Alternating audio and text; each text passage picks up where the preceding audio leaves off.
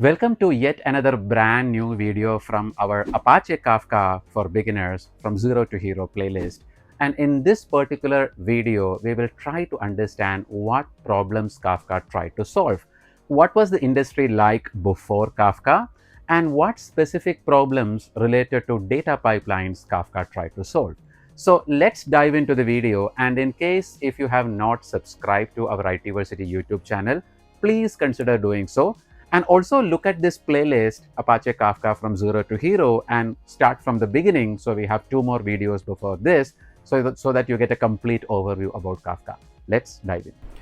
So Kafka was created as an internal project in LinkedIn in 2012. So the first thing that we need to understand is what problem does Kafka try to solve? I always think about these things whenever I learn any new framework or any tool. The first question that I have is like, why the tool came into existence? What is the problem that it tries to solve? So on the same way, if you look at Kafka, let's try to understand what problem Kafka tried to solve. So if you look at this picture on your screen right now, what you'd see here is that you have some front-end systems and back-end systems. What do you mean by them? For example, you have this web server, app server, chat server, and media server. Imagine you're working for an e-commerce company, something like Amazon. Now, Amazon might have more than one web server, but I'm just thinking about one, for example. So let's say you have a web server for Amazon where the website is hosted and millions of people are visiting the website. Amazon might also have an application server. So you're using the Amazon app on the iPhone or Android, and whenever you are, basically opening the app, you're hitting the application server or the app server. And imagine Amazon also has a chat server. Let's say they have a tech support process, and there is a server that handles all these chat messages, agents, and customers in real time. And let's say Amazon also has a media server, and that is storing some media like images, video, and some content, etc. Right? So these are the front-end systems where customers are interacting. Now, Amazon or the typical e-commerce company also has some back-end systems. So you can see here there is Spark streaming.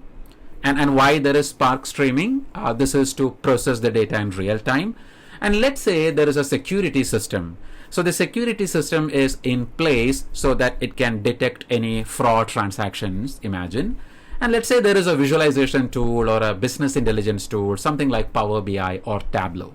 Now, what is the requirement? The backend systems, for example, Spark, security system, visualization tool, they want all the data from the front-end systems in real time.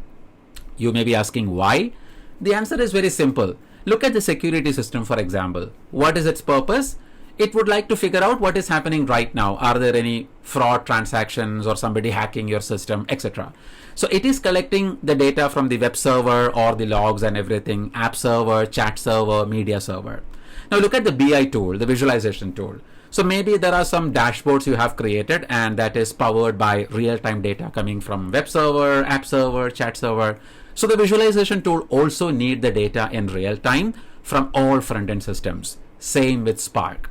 Now this is a very typical scenario that you might encounter in any data engineering project. So what was the solution, say back in 2010 or before 2012?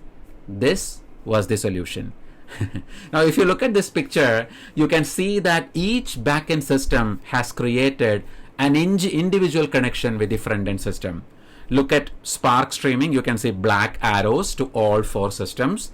Same with security system, same with the visualization tool.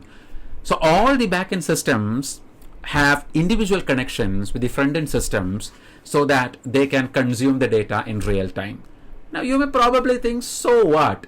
So there are a lot of drawbacks to this architecture. The first problem is that this is completely not scalable.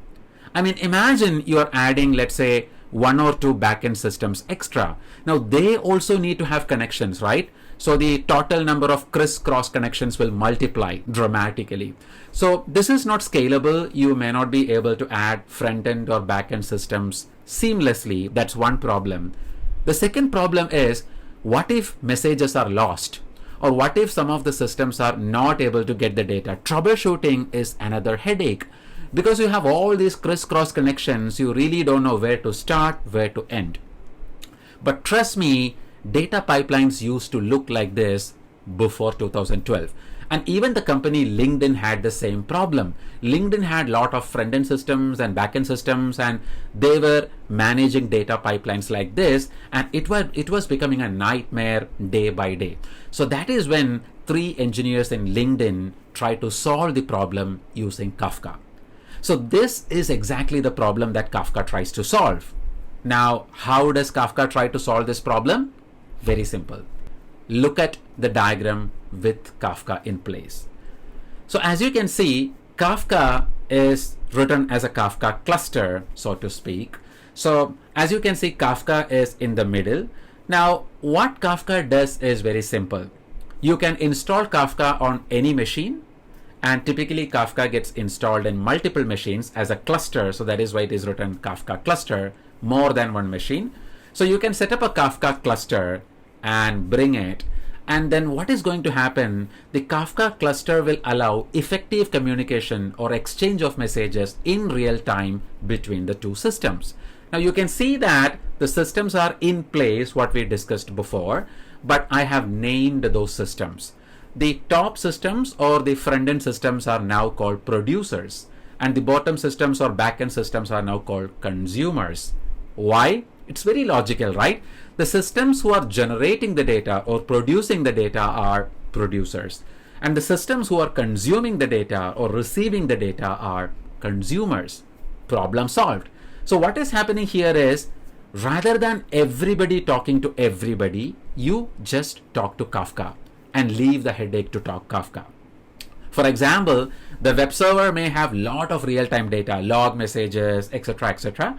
All it has to do is send it to Kafka, and that's it. Now, if anybody want to read that data in real time, be it Spark or visualization tool or anybody, you just connect to Kafka, ask for the data. So this will decouple the complexity of data pipelines, right? Rather than all the systems interacting with each other using crisscross connections, you start talking to Kafka. So Kafka becomes your middleman, a cluster where it is manageable for collecting the data from one side, the messages or events in real time, and giving it into the other side.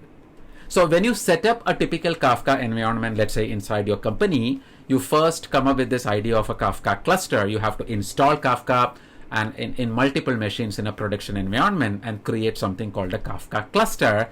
And then you will have these producers and consumers. So you have to install the Kafka libraries on the producers and consumers so that they are either able to generate the data or receive the data by connecting to Kafka.